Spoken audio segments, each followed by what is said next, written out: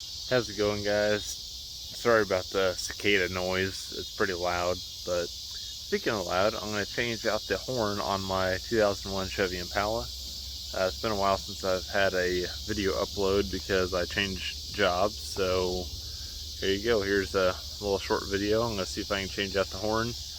Right now I'm going to show you how loud it is, or let you listen to how loud the stock one is. I don't know if they're both working, but it's pretty quiet. Alright, I'll go ahead and hit the horn right now. It's stock one. So not too bad, but not too good either. Alright, step one is pulling these little slats right out of the back of the headlight. They're kind of pointed, they're on this and they're pointed straight up. You just pull up on them. These ones are a little harder because they're aftermarket, and they're usually, I think, a black one, I think. But there's two of them, one on each side. You'll see them. You just pull up, it pops up maybe an inch, and they just slide right off. Headlight pops out, and both horns are right by each other. There's one here, one there. So personally, I like getting stuff out of the way, so I pulled on that little tab right there and popped the headlight off, the wiring harness, so you can see both your horns. Right now there's two little screws, it looks like, that undo the brackets, one on each horn.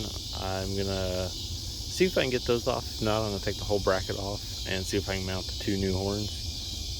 So it's not the best way to see, but they're 10mm. It's a pretty flexible bracket, so I'm gonna try using my impact here.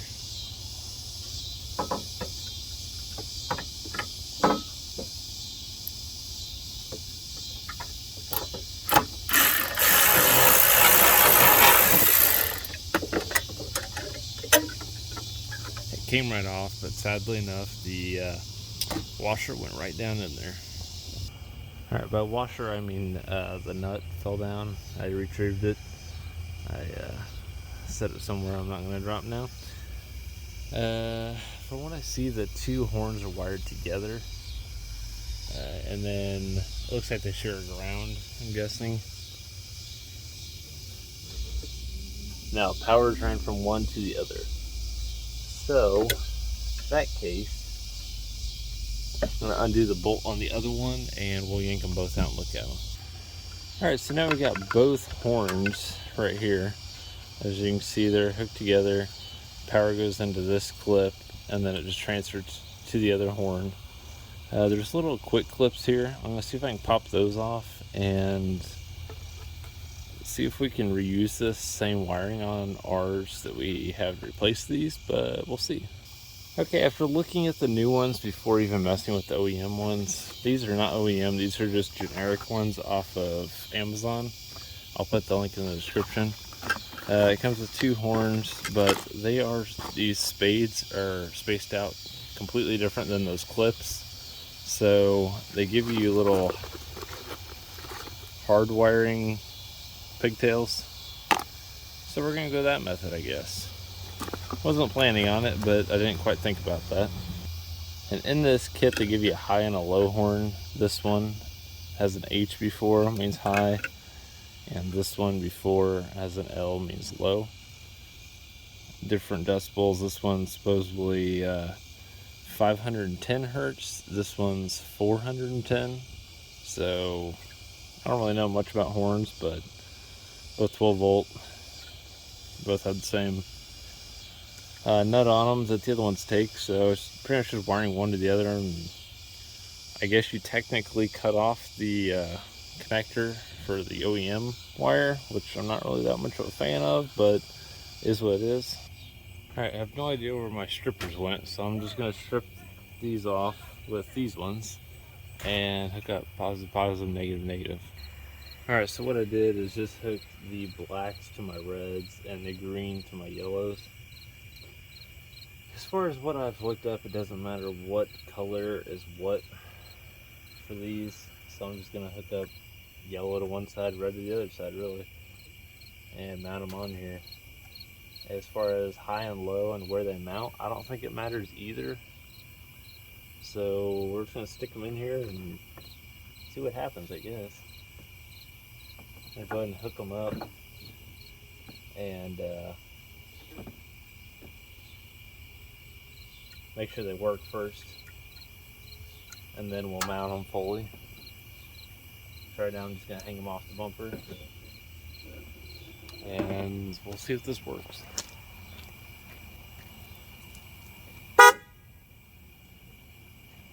Alright, it does work, and it's quite a bit louder. As far as putting these back together, just stick them, the studs through the holes, put the nuts on the back, and tighten them up. I use the old nuts on them, it doesn't really matter. It's out of sight, so I don't really care what it looks like. Tighten that one, push it back, and tighten this other one. A little easier if you tighten this front one first and then move to the rear one, just because you can't really get to this one very well.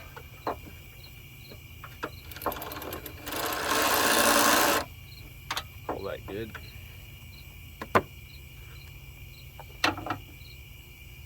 Kind of face them wherever you want, really. There's not a specific way. They were facing down, but I kind of have them just diagonal this way, so that's pretty much it. I'm gonna stick the headlight back in. That's really easy. Just clip this connector, line up these little squares with the holes.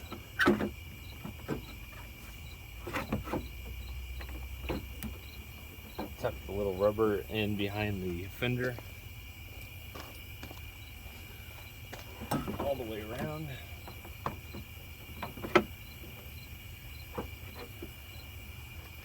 And then get your little clips here, put them over, push in and slide down. Repeat on this side. This side, they're underneath this little flap here, so you do need to take this off. I took it off and realized where the horns were. That's why mine is back on. You just pop little tabs and then pull the little slot out, and they'll come off. You can actually just get by with popping one side, the passenger side over here, lifting it up enough that you can access over here, and that's where you slide this over, push the headlight in, push it down. But when you first do it, you just undo this one tab, pull this up, pull the passenger side, fender side up, putting it back. You just stick this back on, get your little clip. How these work is you pull the center out, and that releases the whole thing. This should all come out as one piece. If not, you can pop it back together. But putting it in, you just line up your hole, shove it in, and then push this little tab in, and you're done. Pretty much it. Thanks for watching. See you guys in the next video.